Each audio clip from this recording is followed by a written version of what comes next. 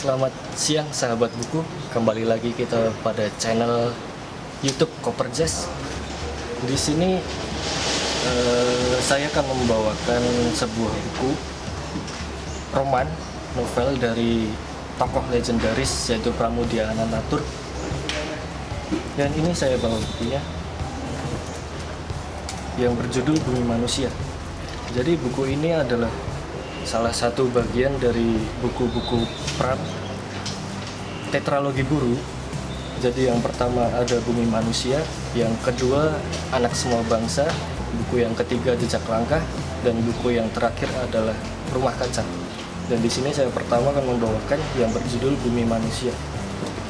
Pram membuat buku ini memberikan tokoh yang pertama, tokoh lelaki yang bernama Mingke, di mana Mingke itu mempunyai nama Mingke karena pada waktu kolonial dia dipanggil oleh orang-orang Belanda itu Mingke, yang sebenarnya Mingke sebutan dari orang Belanda itu adalah monkey, monyet. Jadi Mingke dipanggil Mingke. Dan Mingke ini adalah seorang pribumi Jawa. Dia orang yang terpelajar, sangat cerdas di kalangan-kalangannya. Dia sekolah di HBS, Hogere Burger School, dan di mana orang-orang yang bisa sekolah di situ adalah orang-orang kaum ningrat dan orang-orang Belanda. Di sini cerita yang sangat menonjol di dalam roman ini adalah kisah percintaan Mingke dengan seorang gadis yang dideskripsikan oleh Pram. Gadis itu adalah seorang Indonesia dan Belanda. Dia bernama Annelies. Dan Annelies adalah anak dari seorang Nyai Ontosoro. Jadi Nyai adalah sebutan dari gundik-gundik orang kolonial. Jadi dia disebut Nyai. Nah, Nyai ini mempunyai suami yang bernama Tuan Melema. Tuan Melema adalah orang Belanda asli, kulit putih. Nah, Nyai Ontosoro dan Tuan Melema mempunyai hubungan yang tidak sah, tetapi mempunyai anak bernama Annelies tadi. Mingke akhirnya bertemu dengan seorang gadis tadi yang bernama Annelies. Pertama kali dia bertemu adalah diajak dengan kawannya sendiri yang bernama Robert Surhoff. Kemudian terjadilah pertemuan Mingke dengan Annelies di rumahnya Nyai Ontosoro yang merupakan rumah yang besar, megah, seperti istana, di mana di situ adalah perusahaan perkebunan tebu. Dan saking besarnya rumah itu, Nyai Ontosoro juga memiliki ternak dan lahan yang luas. Bahkan di depan rumahnya ada hutan yang sangat lebat. Nah, pada waktu awal pertemuan itu, si Mingke dan pandangan pertama kepada Annelies, rasa-rasanya dia jatuh cinta dengan Annelies.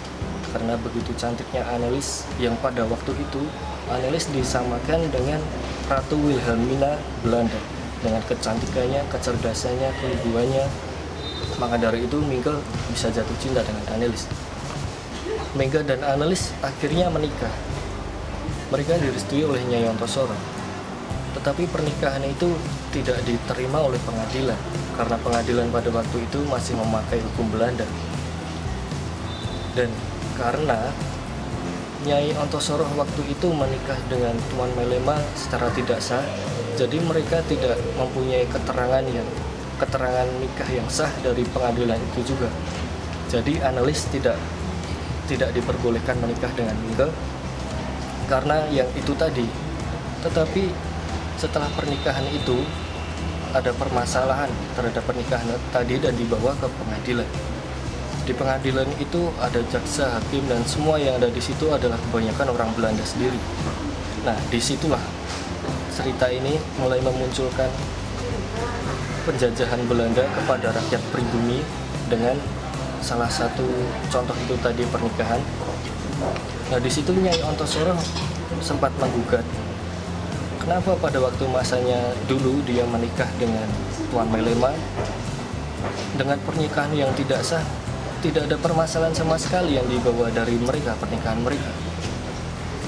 Ya, dan setelah ada pengadilan yang menurut saya sendiri, saya yang sudah membaca ini, sangat tidak adil kepada pribumi, Nyai Antoseloro dan Mingke terus saja untuk melawan ketidakadilan dari Belanda itu sendiri dengan cara menulis. Saya juga bingung kenapa melawannya dengan cara menulis. Tetapi kalau cara kekerasan pun mungkin pasti akan kalah. Dia akhirnya sadar bahwa Belanda berbuat yang sewenang-wenang untuk seorang pribumi karena kekuasaannya yang waktu itu ada di Indonesia. Tetapi dia tidak patah semangat dan terus melawan kepada Belanda. Dan ini yang seharusnya kita refleksikan untuk anak muda sekarang. Kita ambil, kita serap ilmunya. Apapun itu yang sangat bermasalah atau tidak adil untuk kita ataupun untuk orang lain, bagaimana caranya kita berusaha untuk merebut itu dan melawan itu semua, entah dengan apapun caranya, atau bisa mengikuti dengan cara Mingke tadi, dengan menulis, memberikan kritikan. Itu pasti akan menjatuhkan mental oleh orang kepada orang yang memberikan ketidakadilan kepada kita. Dan saya bacakan satu lagi kutipan dari Pram.